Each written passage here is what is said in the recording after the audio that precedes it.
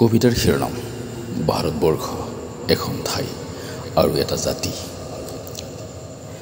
বংশীধৰ পৰা এইটো পাব চাকমা হেৰুৱালীটোৰ মগধৰ ঐশ্বৰ্যময় প্ৰতাপী যুদ্ধজয়ী পৰিচায়ক। হেৰুৱালীটোৰ শাক্যবংশৰ পৰ্বতীয়া নমনীয়তা কমনীয়তা উদাৰতা অথচ সিংহ প্ৰেমিক স্বকীয়তাক আচলতে তই হেৰুৱা নাই একোৱেই।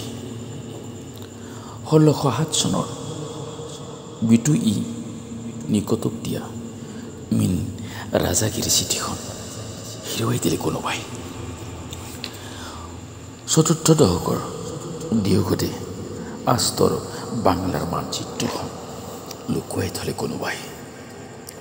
হিমালয়ৰ পৰা মগধৰ পৰা আৰাকানৰ পৰা চট্টগ্ৰাম এক দীঘলীয়া যাত্ৰাত হৈ পৰিলি ডাইনেট চাক্স ঠেক্স ঠাইকাছ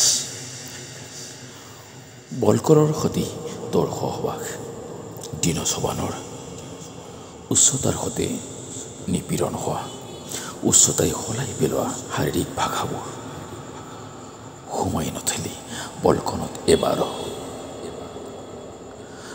তোৰ ৰাজকাৰীবোৰ পস্তৰৰ নাল লগা খৰ্গখন কঠেৰাল।